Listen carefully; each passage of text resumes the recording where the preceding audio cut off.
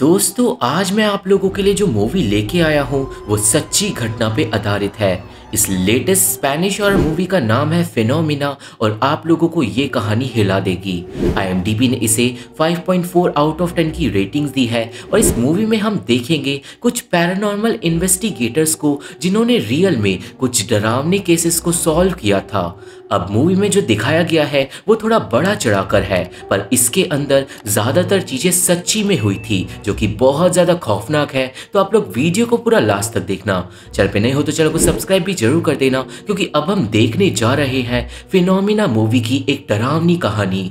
तो कहानी की शुरुआत में हमें बताया जाता है फादर पाइलोन के बारे में, जो हेप्टा ग्रुप का फाउंडर था। दोस्तों ये हेप्टा ग्रुप रियल में मौजूद था, जिसके मेंबर्स थे ग्लोरिया जो भूतों को देख सकती थी, सग्रारियो और पैज जो ग्लोरिया के साथी थे, और इन लोगों ने मैड्रिड के अंदर बहुत फेमस पोल्टरगाइस्ट को सॉल्व किया था, जिसके बारे में हमारी आज की मूवी है। सीन जाता है मैड्रिड 1998 में, जहां पे फादर पाइलोन आता है एक कैफे के अंदर और उसके पास थी एक न्यू पैरानॉर्मल फाइल।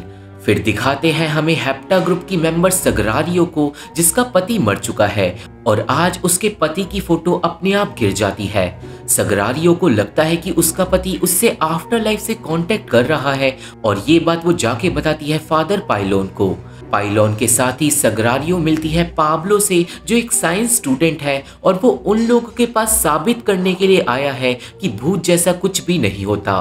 खैर जब सग्रारियो अपने पति की बात फादर पाइलोन को बताती है तो फादर पाइलोन उसकी बातों पे यकीन नहीं करता, पर यहाँ पे हमें पता चलता है कि उसके पति और सग्रारियो के बीच में एक सौदा हुआ था, जिसके हिसाब से पहले मरने वाला आफ्टर लाइफ से कांटेक्ट करेगा।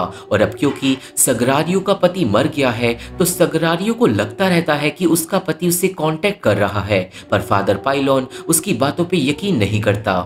असल में दोस्तों जो हेप्टा ग्रुप था वो सिर्फ उन चीजों को पैरानॉर्मल मानता था जिसे साइंस की नजर में एक्सप्लेन नहीं किया जा सकता। इतना ही नहीं, हमें ये भी पता चलता है कि सग्रारियो ने अपने पति के साथ 7 शब्दों का एक कोड बनाया था जो सिर्फ वो दोनों जानते हैं। उस कोड के जरिए उसका पति उसे कांटेक्ट कर सकता है, पर आज तक उसने ऐसा नहीं किया। खैर इसके बाद फादर पाइलोन बताता है एक नए पैरानॉर्मल केस के बारे में जो एक एंटीक शॉप के अंदर हो रहा है। फादर के हिसाब से वो एक पोल्टरगाइस्ट आत्मा है उस शॉप के अंदर जो कुछ कहना चाहती है, और यहाँ से सीन जाता है ग्लोरिया पे, जो हेप्टा ग्रुप की मेंबर है और इसी वजह से उसको कोई ढंग की डेट नहीं मिल पाती। और दूसरी तरफ पैज हेप्टा ग्रुप की तीसरी मेंबर है जो अपने पोते पोतियों के साथ हमेशा बिजी रहती है। अब दोस्तों पैज और ग्लोरिया फादर पाइलोन से मिलने के लिए नहीं जा पाते और इसलिए सग्रारियो भी इन्वेस्टिगेशन के लिए मना कर देती है, पर फादर पाइलोन को उस एंटीक शॉप का राज पता लगाना था और इसलिए वो वहां पे अकेला चले जाता है। पाइलोन वहां पे एक औरत से मिलता है जिसका पति कुछ ही टाइम पहले मर गया था, और वो औरत अपनी बेटी के साथ अकेली रहती है एंटीक शॉप के बगल वाले अपार्टमेंट में, और इस बात को आप लोग याद रखना। खैर वो औरत एंटीक शॉप की एक स्पेयर चाबी पाइलोन को दे देती है और पाइलोन भूता जगह के अंदर अकेला घुसता है। उस जगह पे तुरंत ही पैरानॉर्मल चीजें होने लगती है, चीजें अपने आप गिरने लगती है, लाइट्स फ्लिकर होने लगती है, वार्डरोब्स के दरवाजे अपने आप खुल जाते हैं और एक काली शक्ति फादर पाइलोन का गला पकड़कर उसे बुरी तरीके से घायल कर देती है। हमें इसके बाद पता चलता है कि हेप्टा ग्रुप इतना ज्यादा फेमस था कि उन लोगों का खुद का टीवी शो भी मौजूद था, और उस टीवी शो से भी हमें कुछ क्लिप्स वगैरह दिखाई जाती है। खैर अब अगले दिन ग्लोरिया, सग्रारियो और पैज को पता चलता है कि फादर पाइलोन हॉस्पिटल में है। तीनों लोग उसे मिलने के लिए जाते हैं और सग्रारियो को लग रहा था कि फादर पाइलोन की ये हालत किसी भूत ने करी है, पर ग्लोरिया के हिसाब से फादर बूढ़ा है और बीमार है, तो उसकी ऐसी हालत होना बिल्कुल नॉर्मल है। सग्रारियो फादर को कोमा में देखकर वो दिन याद करने लगती है जब उसका पति मरा था और पाइलोन ने ही उसका साथ दिया था। हम लोग अच्छे से ये समझ चुके थे कि सग्रारियो अपने पास से मूव ऑन नहीं कर पाई है और वो अपने पति की बेल्ट को हमेशा अपने पास रखती है। अब दोस्तों सग्रारियो को यकीन था कि एंटीक शॉप में कुछ हुआ है, और इसलिए उस शाम को ग्लोरिया, पैज, सग्रारियो और पाब्लो जाते हैं एंटीक शॉप के फिनोमिना को इन्वेस्टिगेट करने के लिए। रास्ते में वो लोग उस जगह की हिस्ट्री को भी इन्वेस्टिगेट करते हैं और हमें पता चलता है कि एंटीक शॉप के बेसमेंट के अंदर एक आदमी ने मर्डर किए थे और 3 लोगों की बलि चढ़ाई थी और हो सकता है कि विक्टिम की आत्माएं ही पोल्टरगाइस्ट का रीजन हो। चारों लोग अब पहुंचते हैं एंटीक शॉप पे, जहां पे वो मिलते हैं शॉप के मालिक एनरिके और उसकी बीवी मरीसा से। वो दोनों हेप्टा ग्रुप के ऑलरेडी फैन थे और मरीसा इन्वेस्टिगेशन के लिए बहुत ज्यादा एक्साइटेड थी। शॉप के बगल में जो अपार्टमेंट था उसी में वो बच्ची और उसकी माँ भी रहते थे, पर वो बच्ची हद से ज्यादा शांत थी, जो पैस को थोड़ा अजीब लगता है। खैर, शॉप के अंदर घुसकर मरीसा पैरानॉर्मल चीजों के बारे में बताना स्टार्ट करती है और उन सब की साइंटिफिक एक्सप्लेनेशन पाब्लो देता है। वहां पे ग्लोरिया अपनी साइकिक पावर्स का इस्तेमाल करके कुछ महसूस करने की कोशिश करती है, पर उसे कुछ भी फील नहीं होता। एक पेंडुलम के इस्तेमाल से ग्लोरिया को एक शक्ति का तो वहां पर एहसास होता है, पर वो तुरंत ही अब घर से जाने लगती है क्योंकि उसे एक डेट पे जाना था और ग्लोरिया समझ गई थी कि इस इन्वेस्टिगेशन में पूरी रात लग जाएगी। सगरारियो ग्लोरिया को रोककर उसे फादर पाइलोन की कसम वगैरह देने लगती है और ग्लोरिया रुकने को तैयार नहीं थी और तभी वहां पर मरीसा आती है, जो लाई थी एक गुड़िया का सर जो एक दिन अचानक ही शॉप के अंदर आ गया था। खैर, सगरारियो ग्लोरिया को मैनिपुलेट करके उसे वहां पर रोक लेती है और फिर ग्लोरिया निकालती है अपनी एक क्रिस्टल बॉल, जिसके इस्तेमाल से वो हमारी दुनिया और स्पिरिट की दुनिया को जोड़ सकती है। ग्लोरिया फोकस करके एनर्जीज वगैरह को चैनल करती है और जल्दी ही एक लाउड बैंग सबको सुनाई देती है।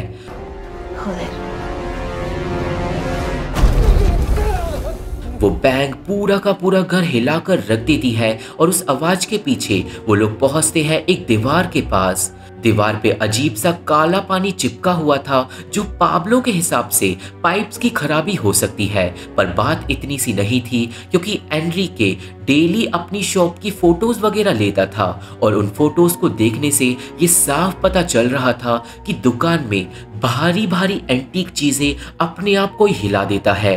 मरीसा बताती है कि इसी कमरे के अंदर उसे फादर पाइलोन बेहोश मिला था और तभी वहां पे लगा हुआ शैंडलियर अपने आप घूमने लगता है और लाइट्स फ्लिकर होने लगती है।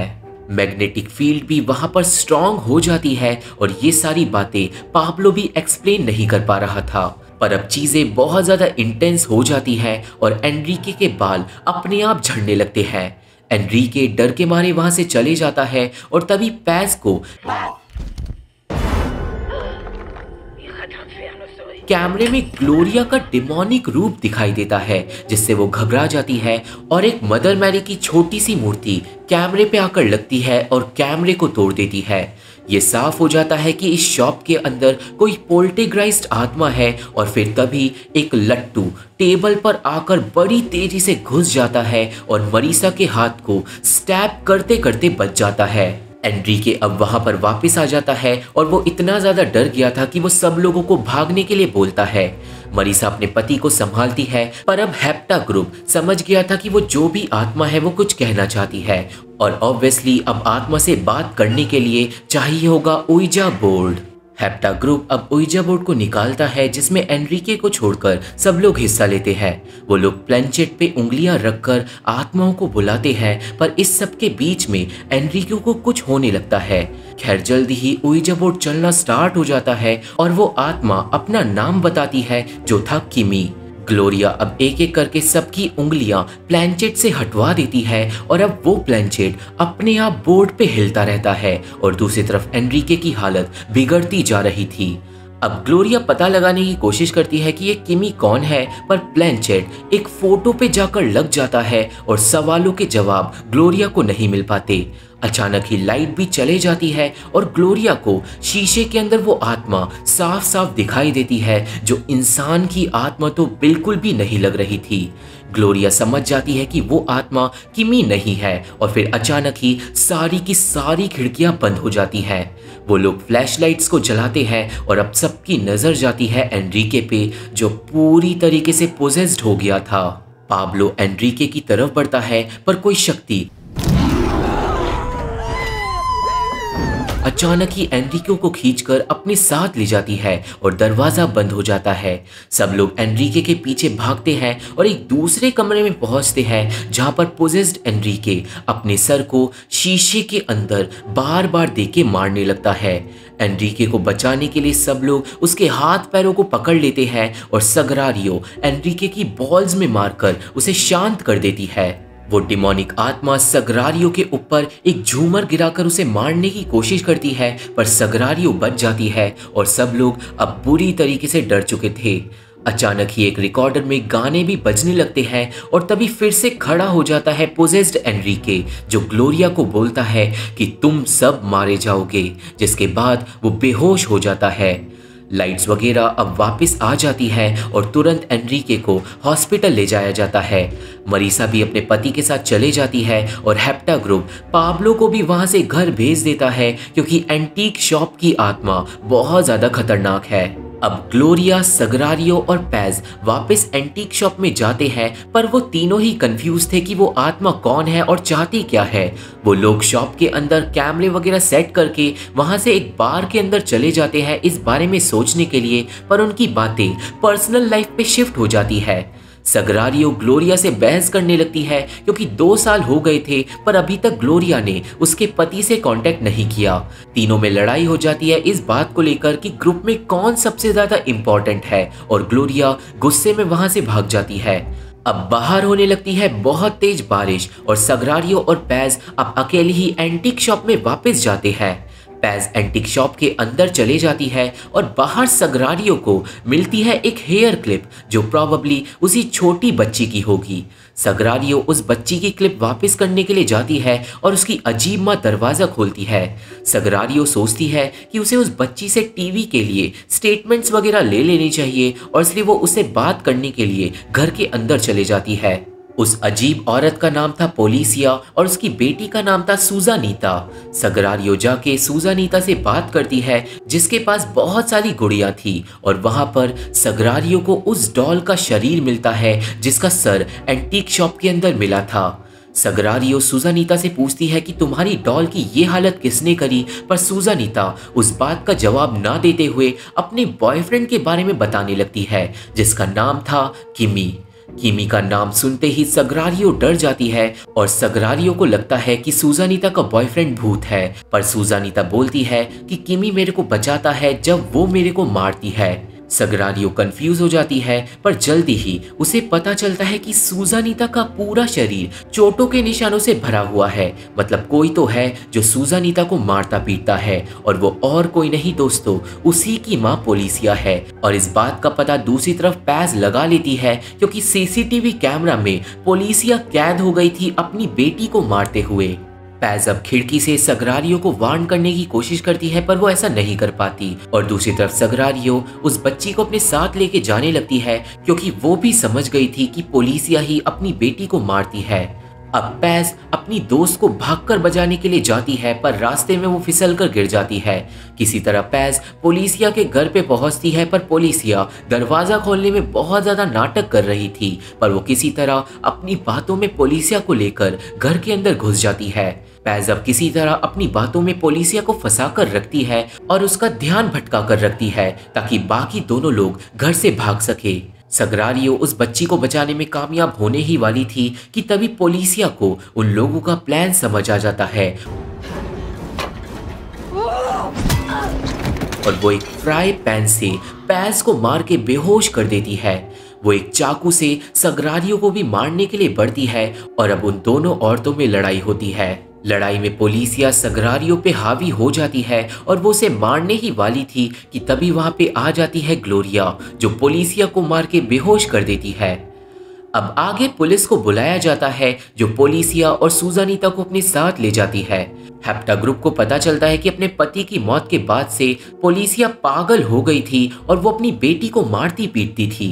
इतना ही नहीं, उन लोगों को पता चलता है कि सुजानीता का बॉयफ्रेंड किमी असल में एक एक्टर है जो बगल वाले थिएटर में ही काम करता है। मतलब भूत ने उन लोगों को झांसा देने के लिए किमी का नाम लिया था, पर वो भूत असल में कौन है ये अभी भी उन लोगों को पता लगाना बाकी है।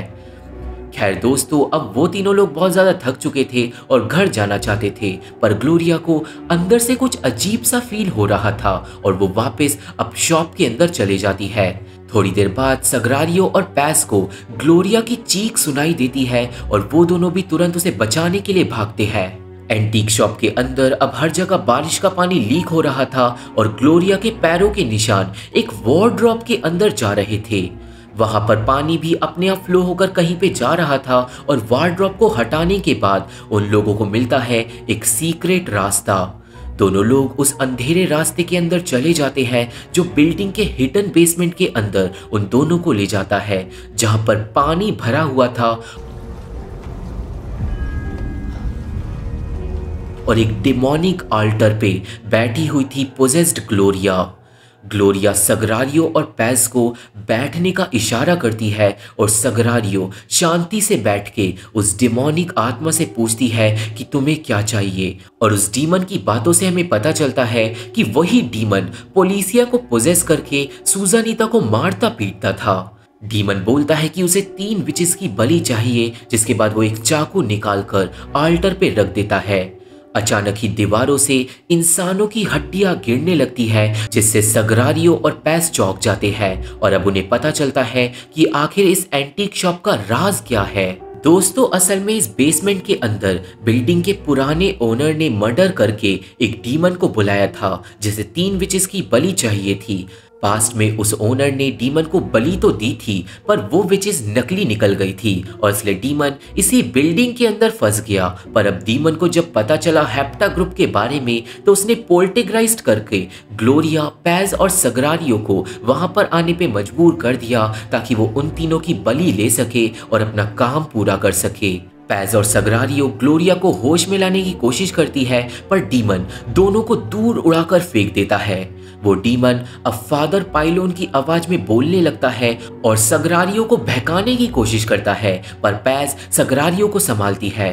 पैज समझ जाती है कि डीमन ने फादर पाइलोन की आत्मा को कैद कर रखा है और इसलिए फादर पाइलोन हॉस्पिटल के अंदर कोमा में पड़ा है।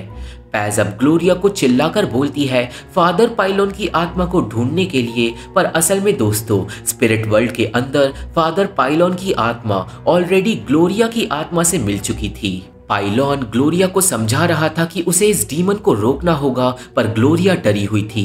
पर दोस्तों, ग्लोरिया पे इतनी ज्यादा शक्तियां हैं कि वो डीमन को स्पिरिट वर्ल्ड में अपनी ही आत्मा के अंदर पोजेस कर सकती है, और जैसे ही वो ऐसा करेगी, फादर पाइलोन उस डीमन को अपने साथ ले जा सकता है। वहीं दूसरी तरफ डीमन अब सग्रारियो के पति की आवाज निकालने लगता है और सग्रारियो बहक जाती है। इतना ही नहीं, डीमन को वो 7 शब्दों वाला स्पेशल कोड भी याद था, जिससे सग्रारियो को यकीन हो जाता है कि वो उसका पति है। सग्रारियो अब ग्लोरिया को अपना पति समझकर उसे किस करती है, पर डीमन सग्रारियो की बलि चढ़ाने ही वाला था कि तभी पैज उन दोनों को पानी में गिराकर चाकू को पकड़ लेती है। डीमन को अब बहुत ज्यादा गुस्सा आ जाता है और वो गुस्से में चिल्लाकर सब कुछ हिला डालता है, और दूसरी तरफ स्पिरिट वर्ल्ड में ग्लोरिया अब डीमन को पोजेस करने की कोशिश करती है। फादर पाइलोन ग्लोरिया का साथ देता है, पर अब ग्लोरिया को रोकने के लिए डीमन ग्लोरिया के शरीर का सर आल्टर में दे देकर मारने लगता है, जिससे उसका सर फट जाता है। सग्रारियो डीमन को रोकती है, पर वो डीमन हद से ज्यादा ताकतवर था, जो पैज और सग्रारियो पे भारी पड़ जाता है। डीमन ग्लोरिया को छोड़ने के लिए रेडी नहीं था, पर अब स्पिरिट वर्ल्ड में ग्लोरिया अपनी पूरी शक्तियों का इस्तेमाल करके डीमन को अपनी आत्मा के अंदर पोजेस कर लेती है। डीमन बुरी तरीके से चिल्लाता है और तभी फादर पाइलोन उसे पकड़कर अपने साथ नरक में ले जाता है।